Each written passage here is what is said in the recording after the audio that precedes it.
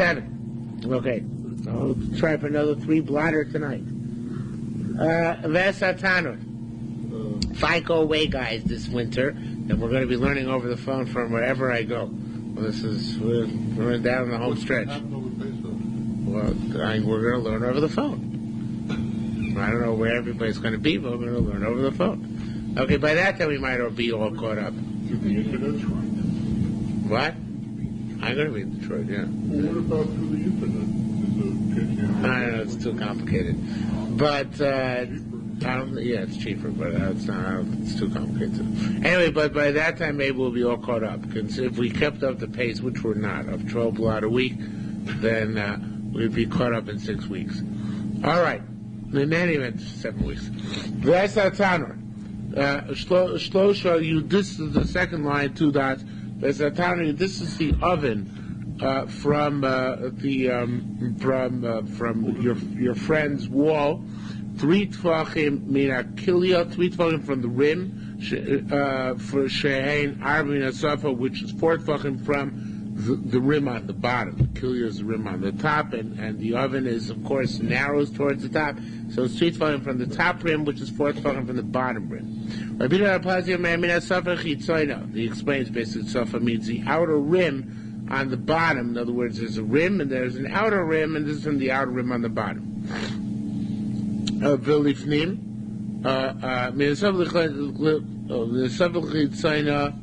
Vilifnim. In other words, you have to, you don't count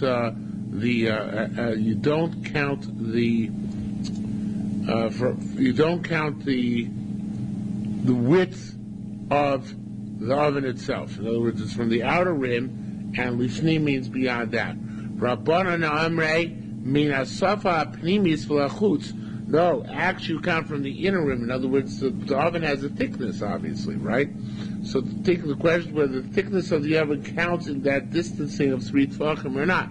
So Rabbanan Yehuda and Pazi holds it does not, right? Because he holds the entire oven radiates heat.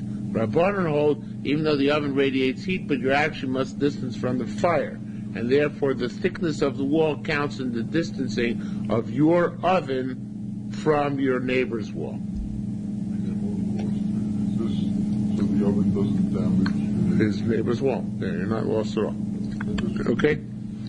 Now, different interpretations of this, but the simplest interpretation is that in the Muka Yetzit, which is, what is the halacha when the oven's opening is on the side?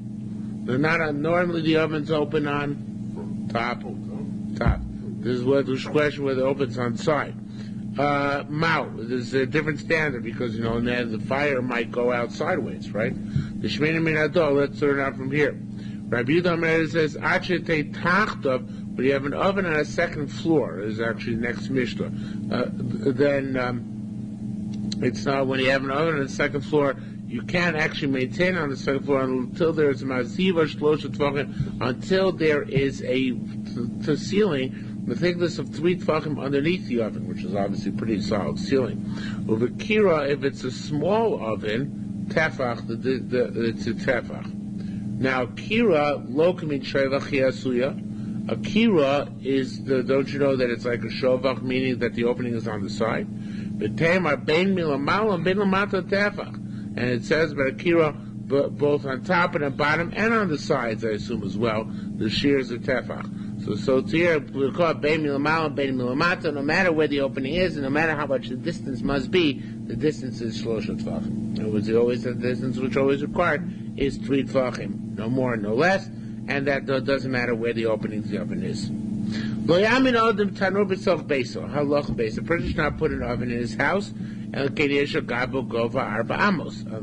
there's 4 amos on top of it. If you put it on the second floor, there's got to be a ceiling of 3 tvachim underneath it. If it's a small oven, only a tefach. If, however, you made these precautions and then your oven damaged nonetheless, irradiated out heat and caused damage, you must pay not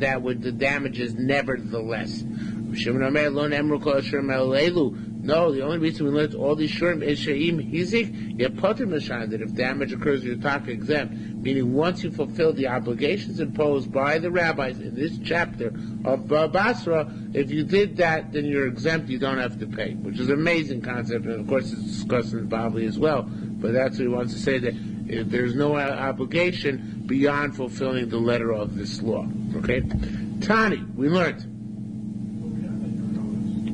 What? Adam Muad Liolam. You know what? Well, I guess, okay. Okay? So, but theoretically, I mean, that would be the Chiddush. Obviously, you're right. You're correct. But the Chiddush is the Chazal can determine an arbitrary point and say, well, beyond this, it's an onus. Now, this Tani actually is going on the next, this whole Gemara almost is going on the next Mishnah. So let's read the next Mishnah and come back. So let's turn the page for a minute. Halacha Gimel. Lo yiftach Adam. There's actually very much halacha l'maisa gemaras. A person should not open a chanus shel nachdomim. You see the next Mishnah, halacha Gimel. A person may not open a bakery for shal tzavoin or a dye, paint shop. Underneath his friend's warehouse for its grain, because it makes his grain go bad, right? The odors and the smoke. The lower Eves Boker, a person may not open a stable underneath his friend's granary. Be'emes, however, in truth, b'yayin hitiru. By wine, they permitted opening bakeries and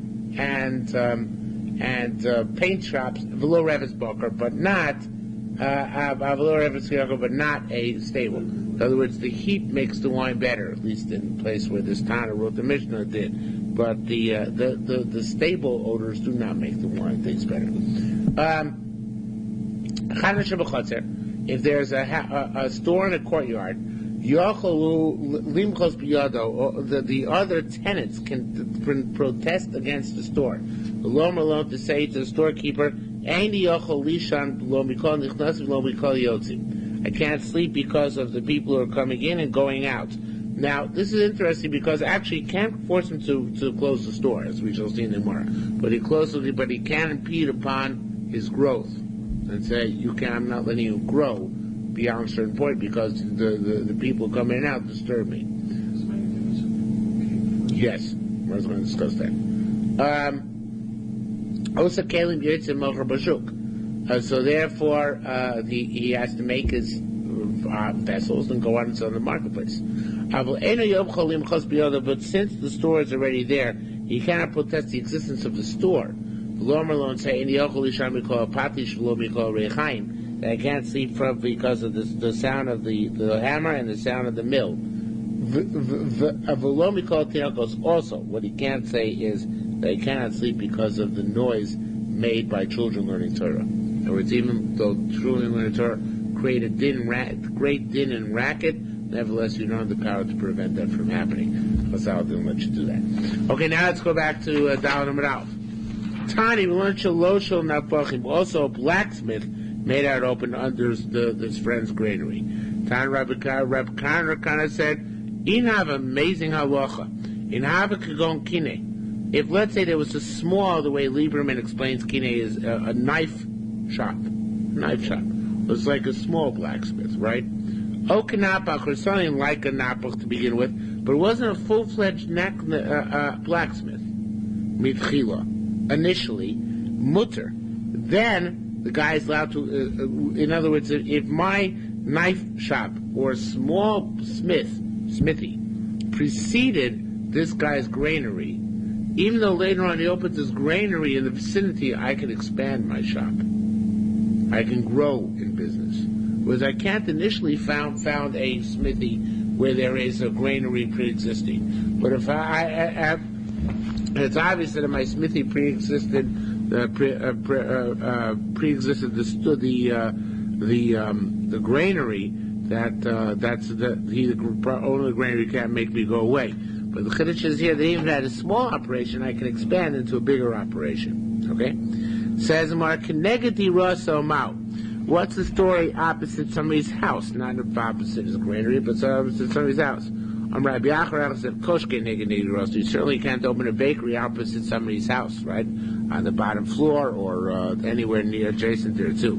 Rabbi Yachar said, Hamazik, Ein lo chazaka, a very fundamental principle. There's no chazaka for mazik. In other words, there's chazaka that I tolerate. If I've sat there for 3 years and tolerated a nuisance, that's one thing. But there's no such thing as toleration for damages. In other words, even after some time has elapsed, I can protest the damages and say, I can't bear these damages. Okay? Rabbi Yeshua, it should be Rabbi Yeshua ben Levi, the Skoriel says, obviously not Mora. Omar says, a manifestation of that, this is brought down by the Rishonim in Bava Basra, this case, if somebody else's house is constantly producing smoke and I can't take it, so I'm allowed to protest. Even if I thought initially I could accept it. If later I see I can't take it anymore, then I can protest and I have the right to protest. Not like this following case, although it says Ki'adah, but this case which proves, which is proof by the back end. Ki'adah Chada Isa. There's a certain woman, Davas Medlakas Chulin. She used to light chulin. Nobody knows exactly what chulin is. Is it vinegar mixed in with oil, or is it some sort of peat, or something smoky? But it's certainly something smoky. So she used to light smoky stuff, but not all the time, just occasionally. Okay? Hamlakas Chulin. Close Rabbi Yofa, underneath Rabbi Yofa's apartment. He bought him a machia b'yadid, so he wanted to protest her using this smoky substance. Asu the Kairanasa, so the episode came from Kairanasa, and it says, Lo Amran El Bashan Tzadi, you can't do that. In other words, you can only protest constant smoke, not occasional smoke. Everybody can make a little bit of smoke sometime or another, but you can protest constant smoke. So constant smoke, you don't have the right to protest it. Lieberman brings out an interesting parallel. Ray Nelson says, Ray Nelson, when he was very poor, he used to learn Torah by the smoke of a fire, by an eye of fire, which was very, if I recall correctly, if the case, I didn't look it up, fire which is very smoky. So his neighbors came protested against him, and he ignored them. And basically it's because he didn't do it consistently, like it says here, but only did occasionally. The problem is only consistent usage. So if occasionally you make a barbecue and the whole neighborhood stinks, that's okay. If every day you're making a barbecue and the whole neighborhood stinks, then that's a problem. Okay? So we said the Mishnah already. Skipping past the Mishnah. Rabbi Yaakov Baracha, Pani Chad Chalitar, he moved a certain bakery, it should mean istio with a vav, that's the way his Korea has it. From istio from marketplace to marketplace. In other words, he was adhered very religiously to Allah and our Mishnah. And since it was disturbing everybody else in the marketplace, he moved that bakery from that area, from that marketplace to another marketplace. He made a move. Rabbi Abdume, Achi Rabbi Yossi, Rabbi Abdume, the brother of Rabbi Yossi, Hava Chad Chalitar. There was a certain bakery, Sharit Chusoi, which will open up underneath him. Of Rabbi Yaakov lo Macha. Rabbi Yaakov passed and he didn't make a Macha. Now Rabbi Yaakov is the one who said in Amar Aleph that if it's opposite your house, you certainly can protest, and yours is opposite Rabbi Yofa's house, right? So Rabbi Abdume got upset. He said, these rabbis are passing by, they're not protesting. Why they're not protesting that, about this, what he himself said? It's kind of hypocritical. So, Kosa Lave Rabbi Yaakov. So Rabbi Yaakov got upset at him. Ivish Rabbi Abdumi, Achi Rabbi Yossi. Rabbi Abdumi got sick, either like Liran says, because of the smoke, or because he was upset that, because the Ayin Hora. In other words, that since Ravacha was upset at him, so therefore he fell ill. Okay? Now the next word is Ivish is superfluous. It should say, I think here, put in 3 words from 3 lines down. Vasei Tachrichin, he made for himself shrouds, which was used to do whenever he got sick, he made himself shrouds. Maybe this is the time when he's going to die. So Sadik Rabbi Yossi and Bakatei, Rabbi Yossi's brother came to visit him. Somebody said, Ezel v'boy minei. Let me go and ask Rav Acha either to forgive Rav Avdume or to fulfill his request. So it says, Azal Umar Beidin, and went and told her and based in how his brother was in sorry shape. But Rachim Olei Bedina, Beidina, they had Rachmanas on him, and they came to resolve the case for him and get the bakery out of the neighborhood. Okay? Period. Chad Barnash. Another individual, a certain individual. Zavin calls interesting case. Zavin called Date. He sold his entire apartment, except Shayba Chad Mastuvi left one bench. In other words, he sold his entire estate, but he left one bench for himself to sit on. So what would he used to do? So what he used to do is, he would go into the middle of the other guy's house to whom he had sold everything lock, stock, and barrel, and sit on the bench, right? So, so the case came from Rabbi Yoina, Rabbi Yossi. He said, Lo kula minach. He said, it's not within your capacity. Male v'yasim to go in and sit on that chair. The chami and see it should be man olil, who's coming in. Enough, I can go out, go basically within now. So, in other words, the fact that you retain the bench doesn't give you the right to abrogate their privacy. You have no right to do that. Okay? Says the Gemara, Chad bar nach zovin palga darse. So the individual bought half an apartment, apartment complex, or half a house, whatever, half a complex. Shaiba chad nachtomer. A certain bakery was left over, was not part of the deal. As uvda kame Rabbi Yona. The story came from Rabbi Yona, Rabbi Yossi, and they both said, Armin, atas at ilave. You can't make him move. Because you came when you bought the house into his domain, right? He didn't come out upon you, therefore it's your tough luck. The Tanya came, we also learned this in Brisa. In Kodma Harefes or Chanus Lotzar, if the stable or the store was there before the granary, Ein Yocholim close to the owner of the granary cannot protest. And it has to remain there. It all has to do with precedence. Tani, we learned, Be'emes the truth, Be'yayin Itiro. By wine, they permitted storing it on top, in our Mishnah, on top of the dyer's house or the, what was the other one? Yeah, the paint and the bakery. That's what it was.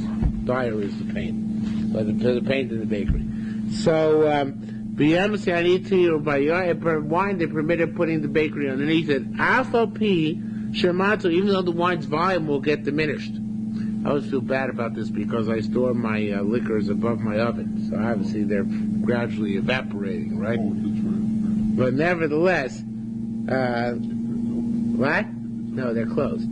I'm sure there's some escapes, something escapes, no? So in any event, Avi Shemato, but this is consolation, even though it gets diminished, Mashpicho, the heat actually is good for these alcoholic beverages. Okay? Rav Oshia Kachama Adain Tanya. Rav Oshia, when he heard this brisa, he said, Gavaldik Yoav Chamri put his wife, go agre the bane inside the attic of the bathhouse. Asire Chamri, his wine went bad. So he was upset, you know. So he says, Amr says, Mishnah Itesi, did I make a mistake in the Mishnah? So it says, Loshi Itesi Mishnah. No, I didn't make a mistake in the Mishnah. That's what the Mishnah says. Put in a place where there's heat. Ela the Recha the Bnei Masre Chamre, the Recha the Bane Masre Chamre. It's that the bathhouse doth stink. And that's a rule. In other words, the smoke and the heat would have been good. But it's the bathhouse which ruined the wine. Okay? Tani, we learned. A very fundamental brisa, actually. Top of Chayim and Alf. L'shcheino yochol l'achserbo. Now, this is a case like this. I, Ruvain, live in a house where there's live in a courtyard where there's a store. Okay? The store is owned by Shimon. Shimon wants to sell to Levi and allow Levi to take over the business. Allow Levi to take over the business. So I could say, no, I refuse. Even though your store preceded my dwelling in this yard, I can say I refuse to let you sell to another guy. Right? Because it was your specific right. It's not a right which goes in perpetuity. And therefore I prevent you from selling to anybody else who will engage in the same type of behavior which I find repulsive as you are. Okay? What? This is in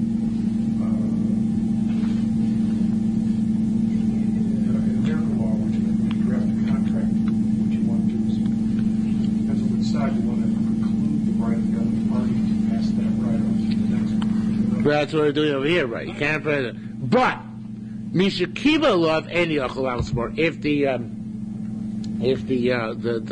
Baal Bus, the other individual in the choir, has already accepted verbally the existence of such a store in the courtyard, he cannot repudiate it. But it has to do with a generic assumption as opposed to a specific assumption. Generic assumption can be limited to the specific owner now of, but it's built the store. But a specific statement would actually require him to relinquish the rights to even any subsequent comers. That's one opinion. Shingal says, even if he accepted upon himself the presence of the store in the yard, he can still renege. Why? The Yochel Meimerle can say to him, Inun Azlin v'Asyan Lacha. These guys, he can say to the initial owner, he says, people are going to come and go in here, but by and lach, and want you. They're going to look for you below mashkechan lach, and they're not going to find you. Umarbin aleinu derech, and they'll cause us to have to walk more because there are going to be all these extra people milling around in our courtyard. So actually, what he's saying is that he can only say, even if he accepted upon himself the specific individual who was there previously, you can always say not anybody else. Why? Because they're going to cause even more business and cause even more disruption to our mode of life here. Okay? Now, when it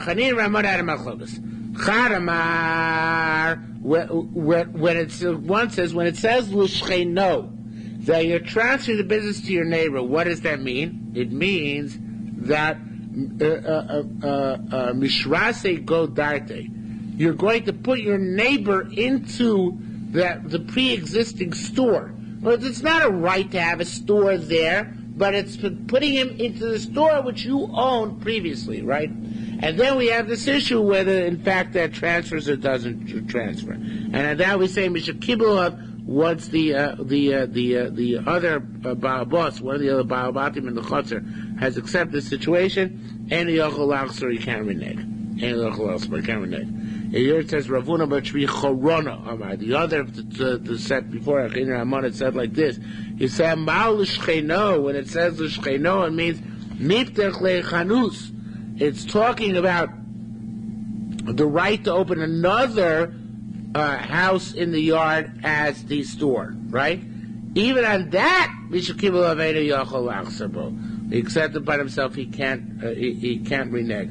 It's obviously in the first case where the new storekeeper is going to the same store which existed. So if he's a cop by himself, it's logical that he can't renege. But here we're saying even if the new storekeeper is not going to the same premises as the old one, he's just utilizing and exploiting the right to have a store, right? Even then, you can't protest if you makabel him. It's a major chiddush. Right? Because since not only does the location transfer from individual to individual, but even the right transfers from individual to individual. Okay? In other words, the right in the abstract, not just in the as attached to a store. Says the Gemara, Asher Shingamliel Kramer. The Shingamliel goes a Kramer. It's here Rishon Gamliel says even if you accept it, you can renege. That's like our Mer in Masechta Ksuvas, because it says that we learned over there on all the mumin, all blemishes which husband has in his wife or wife has in husband. Our Mer says even though they originally concluded a contract that she would bear whatever difficulty there was, whatever mum or disability there was. Nevertheless, she could say eventually, I thought I could have hoped to tolerate this. Now I see I can't tolerate this. So therefore, here too, Shalil says, even a guy who was mekabel upon himself, he says, I thought I could but tolerate, but in the end I can't tolerate. But he cannot protest Lomar and say, Any Yochel Yishon Lom Yikol Patish is the header from the Mishnah, not from the sound of the hammer, Lom Yikol Rechaim, not from the sound of the millstones, Om Yikol Tirokos, or from the sound of the children. Says more, Elaine, however, those the Malvit life, you will teach children secular subjects, not Torah. You have a school. Also people who make, it should be Megusin, and Megusin is Aramaic for parties. Party animals who live in your courtyard, right? Elaine, Lemimche b'yadeon. Well, it says Elin, it should be Elin Davin actually, Magisid Elin Elin, people make parties for each other, reciprocal parties. Their friends could protest.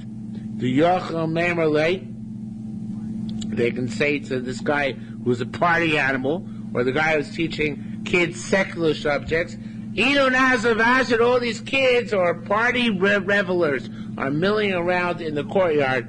Brian Lach, and they're looking for you. They're below Mashkin, they won't find you, at least because some of them are drunk. They mindless to death, and it causes us to have to go around them and deal with them, and we don't want to do that, and they're within their rights to say that. Elin Tzipori. Now, next case, I'm not sure. I'm going to tell you Pnei Moshe, and I'll tell you that I'm not sure the Pnei Moshe Pshat, but I didn't say any better. Elin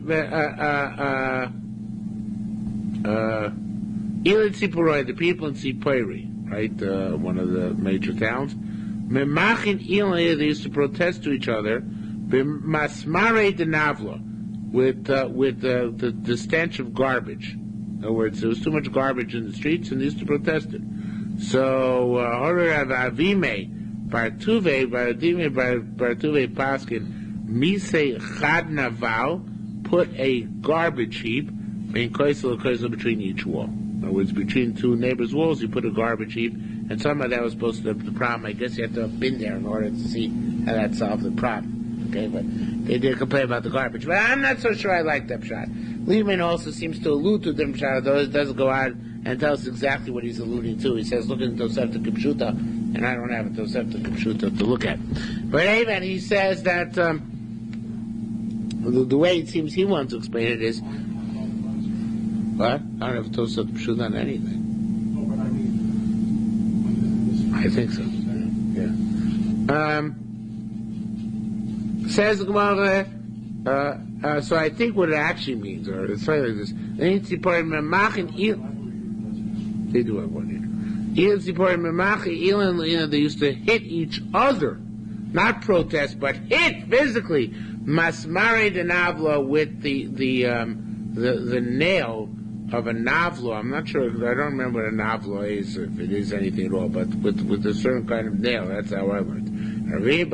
Paskin, or gave an aid to Toiva, Mitan Chad Naval, the way the language is in the Escorial, Mitan Chad Naval, the whole Kosovo, to put a Naval in each and every wall. Now, I don't know exactly what that means, but how that solved the problem, so therefore I stuck with the Pnei Moshe Pshat, that all talk about something else, but one could learn that way. Okay? Horav Avdime Ravavire Bartuve. Ravir Tuve learned, or Paskin actually. Mita, we just did that. Mita Chanav, because the Kosovo put a garbage in between every wall. In other words, every couple of houses. So to prevent garbage probably gone. Horav Barchaklas, Barchakila, Paskin, Marakas Ilin Madva, it should be Madva Shose. When you have some place where you pound stuff, so then you have to, this is it, make Kaisla from that wall, the Amos 4 Amos away. Amrei Serberia Servut said, Ilin Amudaya der Kinin, the pillars that are swaying. I don't know if swaying is the right word. You know, they're. No, I'm not sure that's it either. No, it's like electric utility poles. Utility poles that are at an angle, right? That's what it's really talking about. So it's the Ilin Amudaya der Kinin. Mikoach HaKar, it's because either because they were hit by a car on being carriage, that's what Lieberman translated, or because their vibrations caused by cars. So that's what caused them to actually start leaning. That's why they're inclined. Sure, the Chametz, the wall in the city of Chametz, Gilad says Chametz is a city. Mikol Gurei Parsei Anafal, according to the simple pshat, it means they heard the lion cubs of the Persians, and the volume caused the walls to come tumbling down. Not the volume, the pitch, whatever it is. Something to do with the voice of the lions of the Persians. But there's another interpretation, which is given by Lieberman. Well, the Girsa mean Kal Gire Parsaya, from the sound of their arrows whizzing. In other words, their bows were so strong that they shook, I guess, and quivered and caused the damage to the walls. Okay. Says somebody whose wall is next to his friend's wall. You shouldn't put another wall there. Because I have a wall adjacent to my friend's wall, I want to put a perpendicular wall. I can't do it unless I stay 4 amos away from my friend. Now the reason for that is because if people walk between the two walls, then it pounds down to the ground and strengthens the foundation. If they don't walk between the two walls, so the foundation will not be strengthened at all, obviously, right? So therefore, we prefer to allow people to walk between the walls in order to strengthen the foundations of the wall, right? So that's what it says. You can't put another wall adjacent there too. More 4 amos away. In order that people should be able to walk there. By chalonos, which is a different issue, the issue of looking and peeping toms. If I have a window at this side, you have to put a window either 4 amos above that, milamata, or milamata, 4 amos below that. When we connect on our amos, and if it's opposite, it's 4 amos away. We're not sure exactly where these are pertain, but they do pertain. And we're going to discuss it. Says on page 10, the very Rabbi Yana, in the house of Rabbi Yana, said, our mission is talking about when you're trying to make a city to begin with. City planning, how much you have to plan there should be between houses? 4 tochim, 4 amos. Why? So people should walk and pound the pavement down at the place. Now, I'm going to learn next more like the Meichel Mayin, because he says the best shot in my opinion. He says, not true. Rabbi Law says, Loi, I'm sorry, it says, tried to go fast on there. Only says low once. He's the kaisel atum. He must see. So I'm just talking about even in an old city, there was a wall which till now was in a stopped-up alley, and somehow this wall now became accessible. So the guy could say, "Listen, my wall it might be old, but there's no time in which people pack down the dirt over the foundations. So therefore, he can refuse the right to his co-religionists to build within 4 amos of it." Okay? Or I'm Rabbi Yisrael Boon. I'm sorry, skip. I'm Rabbi Yisrael Kaiso Soid Mini Masnisa. Now it's interesting. Nobody knows exactly what a sodomite wall is, but according to the Mechamayim, again, simplest pshat, it means that the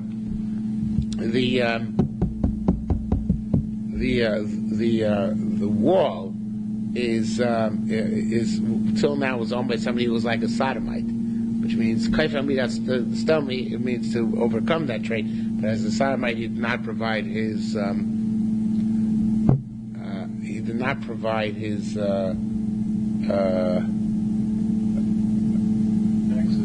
access, right? So it didn't provide. I don't know if access is the right word either. It didn't provide right of way. So therefore, the wall was never pounded down. So that's why, even though it's an old city, when a new owner takes over from that sodomite owner, he can. There has to be distancing 4 amos away from that wall in order to be able to allow people to come in. Okay, there are many different pshatim. Everybody gives a different shot on that line, but the Mechamayim seems to be the most elegant and simple. Amr Yisrael Bun said, Mastisa Amrakei. Our Mishnah says this. Now this is really a question. And the question is that how can you say that the reason is because of pounding the pavement? Mastisa Amrakei. We see that the reason is rather because of Hezek Re'iyah, of me looking into my friend's windows. How do I see this from this brisa? It says, Bechlos, if I have a window, and you want to build opposite me, so Bein Milamala, Bein Lamata, you build your window either higher or lower, Bein Kenegdon, or opposite mine, Arba Amos, it's got to be 4 amos away. Milamala and Arba Amos, why? So I shouldn't be able to stand up and look down into your window and see all your private things going on. Milamata and Arba Amos, 4 amos below your window, so I should stand on my windowsill and look and see what's going on in your house. You know, but really I want to bring my telescope and see what's going on in your house, right? But that's half distance. Mi Kenegdon, and why opposite? Shlo Yapil. in order not to cause darkness to fall. So that's what it has to be. So nothing to do with, but if the walls are too close together, then my window's going to get blocked, right? So it's going to cause the house to be dark. So nothing has to do, according to this, nothing has to do with the davsha, with the pounding into the ground in order to make the pavement stronger, but rather has to do with giving him maximum use of his windows. Okay?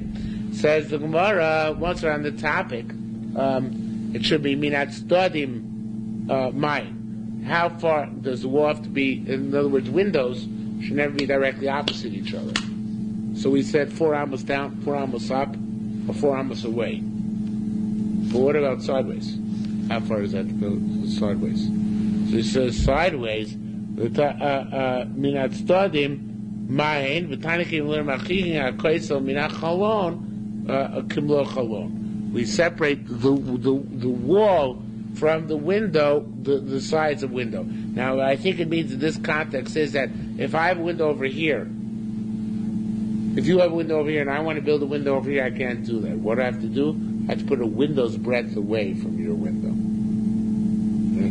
So therefore it's got to be this far away or that far away. So that amos is the shear up and that amos is the shear down. But on the side, and the amos is shear away. But on the side, it's a window's breadth away on either side. Okay? Says the Mishnah further. You keep ladders away from dovecots, 4 amos away. So that, I don't know exactly what a nemoya is, I forget, some sort of animal like a weasel. So maybe it is a weasel. So it shouldn't jump up and grab the birds, right? You also separate a wall from a drain pipe, Dalad Amos, in order to be able to raise a ladder if necessary to fix the drain pipe. You have to put your dovecots more than 50 amos away from the city in order that your dovecots should not basically steal for you pigeons which belong in the city. Similarly, a person should not create a dovecot within his own backyard, unless he has 50 amos all around in order to complete the similarity to the Mishkan. Rav Yehuda Omer, by Beisa Baras Kurin, it has to be the amount of 4 kur, which is much larger. Mole Shegayona, as far as the dove will travel. Luck, however, that's all if you come to build a shovach to begin with. And then you have to have that excess land all around as a buffer zone. However, if you bought it, even if the dovecot was in a minuscule small piece of property with no radius for the doves to go around, nevertheless, that's your right to keep the dovecot open because that's the chazaka you receive from somebody else and you can continue in that chazaka. Of course, it goes back to the Sugi on Hayam Rav, when you yochel lachseba, when not yochel lachseba, but here since you received it as a solitary individual for the other owners, so then it becomes yours. Okay? Bob would say that the showman has to be more than 50 amos from the city. What? Where's the halach about the showman has to be? Here it says, "Brings the showman chamish mama." It says Yoser in the Bible. How does the Sugi of Rome and Karo come up with that? Not yet. Next Mishnah. Next Mishnah. Okay. Amr says that Hadar the Tamar. That what you say, don't put a ladder next to the dovecot is only the yamin on the right, which is where the entrance is. Avol Small on the left, where there is no entrance. So then it's okay if you can put up a ladder because there ain't going to be no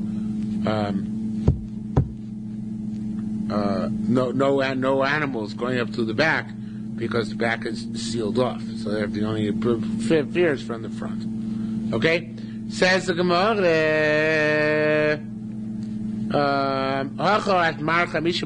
here you see that the dove goes 50 amos. So you say it's 7.5 meal. That was in Meruba. We're talking about where you can hunt. So it says 7.5 meal. So what's the discrepancy? So Rabbi Yosef said liros in terms of its grazing, where it's going to pick up food. The dove only goes royal chamishman within 50 amos.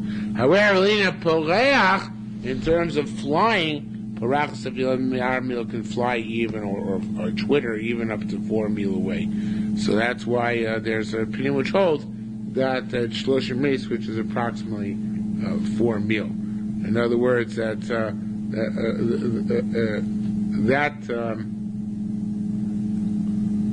where it says that you have to distance the net 4 mil from the city. That's not so much an issue of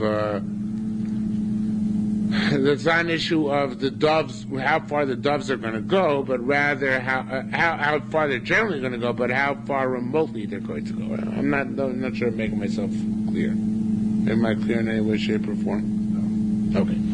If you have the doves have a 50 amma feeding radius, but they have 4 mil radius of float where they might potentially fly. So when you set up a dovecot, you have to leave them pasture around. What's their pasture? 50 amos. But in terms of catching stray doves, if you're within 4 mil of a dovecot, you might be catching a dove from that dovecot. So if you don't set up a trap within 4 mil. The issue of robbing other people by allowing your doves to pasture is eliminated if you have a 50 amma buffer. But the issue of somebody being able to come and hunt doves at random in this area and not suspecting that he's going to pick up somebody else's dove, that requires distancing of 4 mil. Is that clear? Okay. Says the Mishnah further. This is the Rova Kar Mishnah. It's very long in the Bible. Here it's very short. Nipo Allah Chavav. I'm sorry, we've done already more than 2 blocks, but it's less than the allotted time, so I can't stop. If you find a dove which fell within the 50 amos of the radius of the dovecot, it belongs to the owner of the dovecot. If it's more than 50 amos away, he can't set up nets. But if he finds the dove there, you get to keep it. So a dove got here, and a dove got here, right? And the dove is somewhere, you can't even see, right? No, you can't hear either. And the dove is somewhere in the middle, right? So the question is, which one is it close to? Kar l'zeh shalom. If it's close to this one, it's his. Kar l'zeh shalom. Mechza mechza. If it's exactly in the middle, they divide up. And there's the famous question Rabbi Yirmiyah. The famous question Yirmiyah asked, what if one foot is over 50 amos and the other is within 50 amos? And they kicked me out of the base managers for that question. What's famous about the question response? Valdov Gul. Hard to tell you, this is true b'shein derech harayim mefasekes. It's only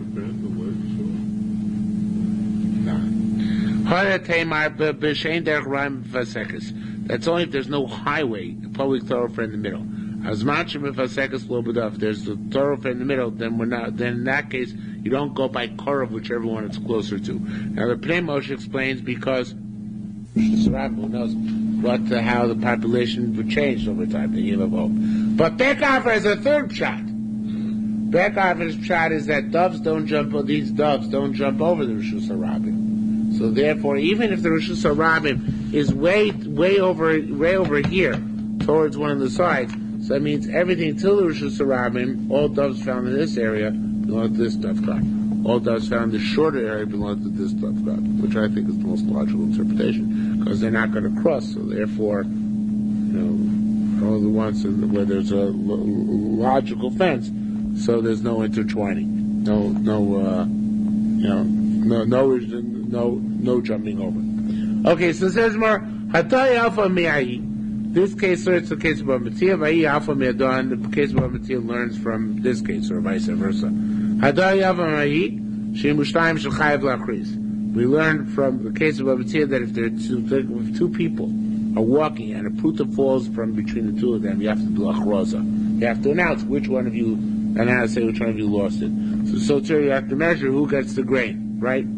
However, Vahi Alpha Me'adah, that case, in our case, it's only 2, but if there are 3, let's say there are 3 dovecots in the vicinity, and it's found in the middle, so we say anybody could have lost it, so therefore tough luck. So too, you have the same thing by, we say that whoever finds it, finders keepers loses weepers. But So too over there, if you so too by the dovecote, by dovecote by mitzvah it's the same thing. If you have a dovecote with 3 dovecotes, a triangle shape, and there's an object found in the middle, we don't know which one of 3 dovecotes came from. So the person who finds it keeps it. Finders keepers. So it's in the case of a pruta which fell from among 3 people. Since you don't know from whom which fell, we assume that they give up hope, and therefore finders keeper, whoever finds it gets to keep it. Okay. Says the Mishnah for the Luchzai. You distance a tree from the city 25 amos away. 50 amos away. Abba Shalom says, trees which do not bear fruit, 50 amos away. Why the Morris could explain. If the city was there first before the tree, we chop down the tree, there is no reimbursement. If the tree was there first, then we do have to chop down, but we do pay for it. Eminent domain, we have to pay. A suffix zekodam, suffix zekodam, we don't know which one came first, the tree or the houses. We give the houses the benefit of the doubts. You cut it down, you don't have to pay for it. You distance a set threshing floor from the city 50 amos in order that the chaff shouldn't disturb people. Don't go floor till Shiloh. The person's trying to make a set threshing floor within his own courtyard. It says 50 amos on all sides to protect the chaff from flying out of his backyard. And in general, you have to distance yourself from your friend's saplings, from Nero, and from his plowed land, that you should not cause damage. Says the Gemara, why can there be no trees within 25 amos of the city? Is it Misham Shalom Mapils because it causes darkness? Shade was not a good thing. It's dark, right? Or is it Mishum Shenoya Ruz because it looks aesthetically unpleasing? That's the simple pshat, like the Bavli learns the way most people learn the Yerushalmi. Even what the say Shenoya Ruz means its leaves fall down. So the Aramaic word Neviah, maybe in the Hebrew, means falls down. But anyway, the Pashut pshat is like we have in front of us. What's the reason? Is it because of the darkness generated, or because of the bad name? There's more mafkiv name. What's the difference? What the reason is? I maybe talk shalom. If he's within his own backyard and plants trees there, is going to say the issue is because he creates shade. So what? Talk shalom mutter within his own backyard, or in this case, his yard outside the city would be permissible because he's not causing shade to anybody who shouldn't get shade. He's causing shade to himself. So he's kicking himself in the pants. So what? But that's not our responsibility. However, in Taimashim it says because it's aesthetically pleasing, I feel also then you can't even do something aesthetically unpleasing behind closed doors. Okay? Says actually here it's not closed doors. Even in your own field, closed doors. It's not an indoor plant. But it's in your own field you can't do it. Okay. Halacha ches.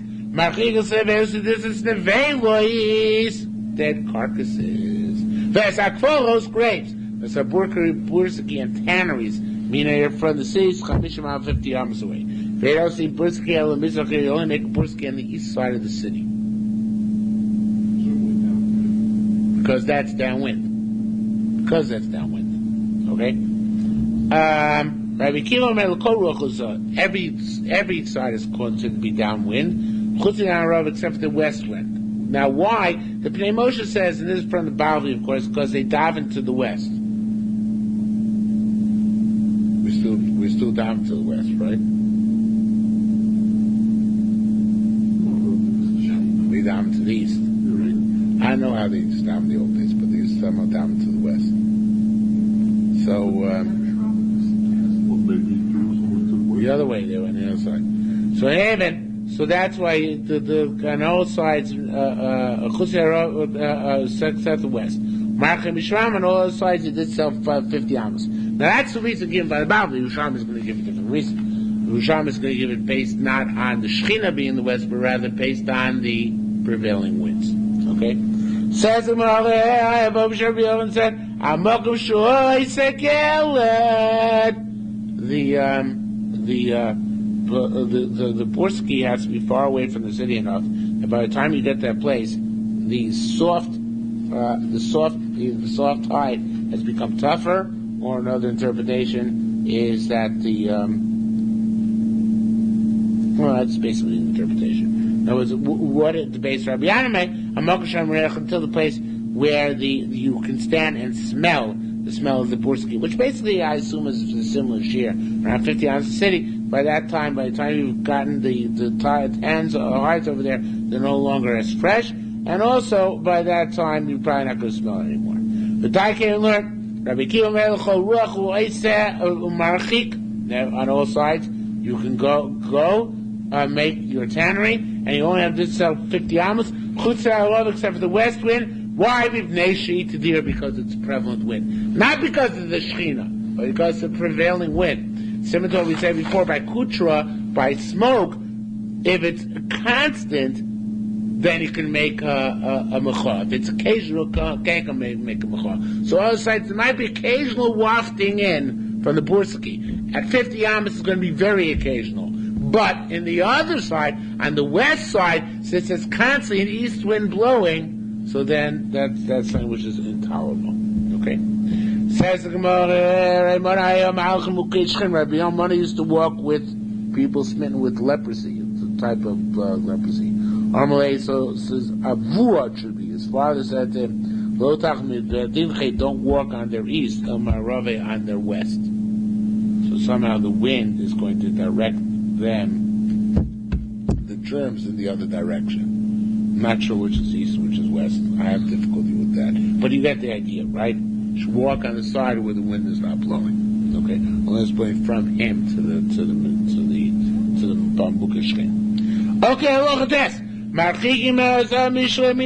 have to distance something where flax is soaking, pool where flax is soaking from vegetables, and from cress, from onions, because it's bad for all that.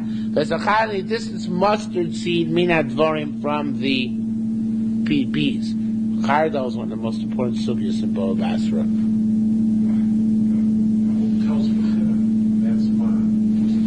Really? It's not interesting. Okay. No wonder you have these problems. Okay. Rabbi Yossi Mati B'Chadar, it says, it's okay. Why is that? So the Pnei Moshe says, you can't put the burden on one side only. That's not saying it's okay. They're saying each side has to distance themselves. They have to be at co-equal distancing, not unilateral distancing. Okay, time you distance onions from the crest. Rabbi Lezer, Rabbi Shimon, Shimon says it's okay. Rabbi Yossi, the story said, it should be Elaine Taitav from the two Mishnayos. It's really more than two. But for all the Yerushalmi, it's the beginning of the parak. Each one has a distance from each other. Okay? And this is Rabbi Yossi's approach. Says more Rabbi Avosh, Rabbi Yossi Berchin said, what's the deal with the honey and the mustard? They should pia dvarim chad. One's with between the bees and the mustard.